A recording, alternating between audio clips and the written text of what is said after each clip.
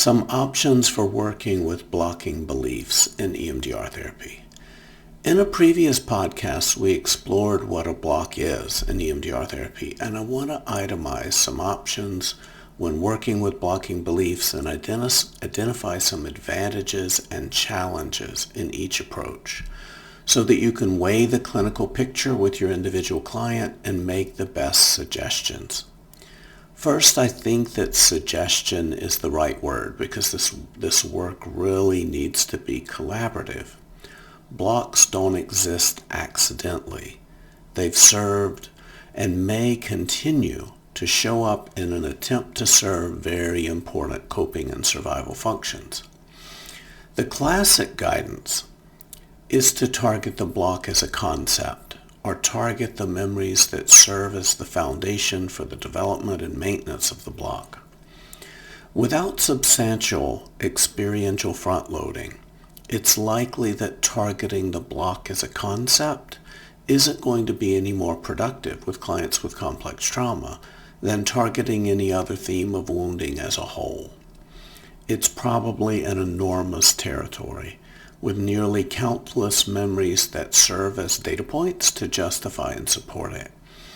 Encouraging the client to rummage through that much will probably require a very big boat of adaptive information, and remember that blocks generally exist because of significant deficits in right now adaptive information.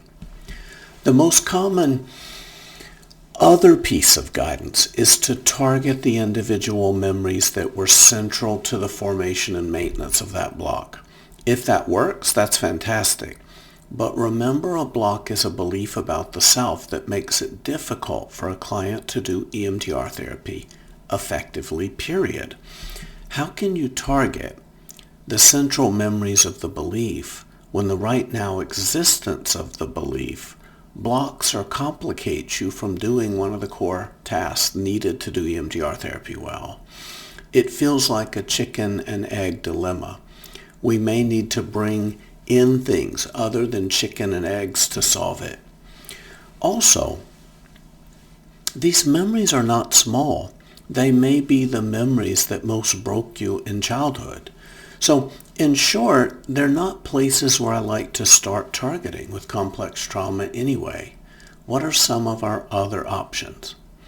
Sometimes we can do EMDR therapy in territories where that block doesn't exist, and the adaptive information generated from that can be helpful for this.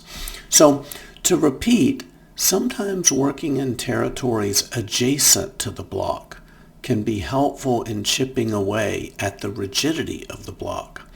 Obviously, this doesn't work when the block shuts down a core element of EMDR therapy comprehensively. It can be helpful, sometimes essential, to scrutinize the block. One way I may chip away at the block is to look at how it has helped you survive. It probably has been helpful. We want to nod in appreciation of that. We also want to explore what has it cost you to survive in this way. What is it costing you now? What is it likely to cost you going forward? And if you can't find a cost or a significant motivation to change it, this work is going to be even slower. Another way I may scrutinize the block is through psychoeducation. Psychoeducation has its limits, but the adaptive information has to get in there somehow. Sometimes we just need to put some facts on the table about what it means to have been born human and born into need, and discreetly back up and walk away. So, depending on the block, I'm really likely to ask the client to perspective take it. If the client really believes they're bad, dispositionally bad, I may point out that I was born human, and I presume that they were too. Can you imagine going to the part of the hospital where babies are born? Can we sort those babies between those who deserve to be loved and those who are bad, those who deserve to get their needs met today and those who don't? In the exercise, clients will often say, "Tom, I know what you're doing, but this is an experiential journey. You can do the same thing asking the client to perspective take what they would tell a friend.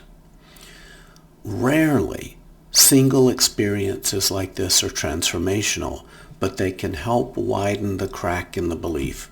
Perspective-taking exercises provide an opportunity to point out that you weren't born that way. Some blocks feel dispositional because they may originate in the land before language. I often say, my guess is that you were born with the capacity to express with your whole voice and your whole body when you were not okay. But to survive, we had to learn other things. If this block was an adaptation to the realities of your environment, in what ways is that environment not happening right here and right now? It can be helpful sometimes to find and grow exceptions. In what ways are you already living in ways that violate the block? Find the cracks and put the client's awareness briefly in the contradiction of it. Parts work can be very helpful here. What percentage of you knows that the blocking belief isn't true for other people? What percentage of you knows it isn't true for the people you may care about? For you. Again, it's how the block that is held that often makes it so blocky, not so much that it's present to some degree.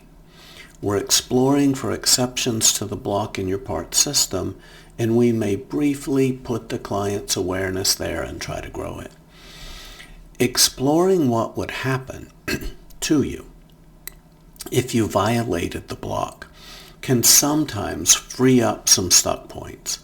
What would happen to you if you let yourself cry? Tom, I would never stop crying.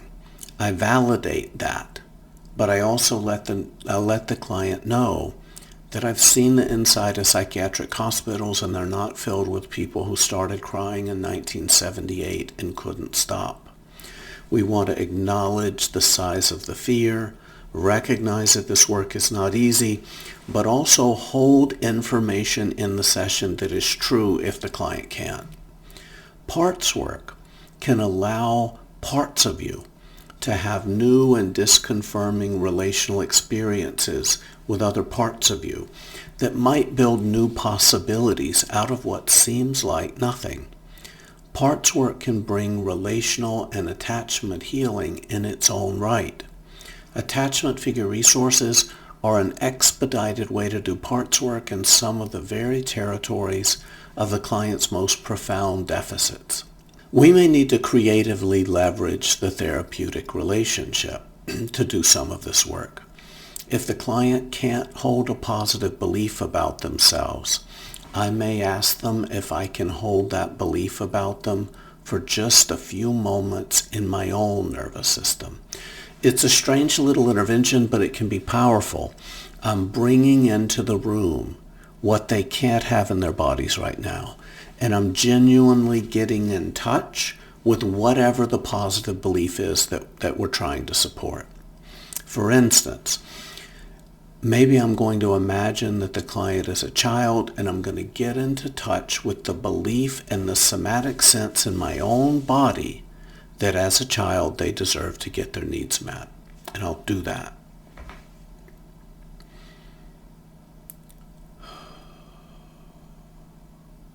Okay, I just did it.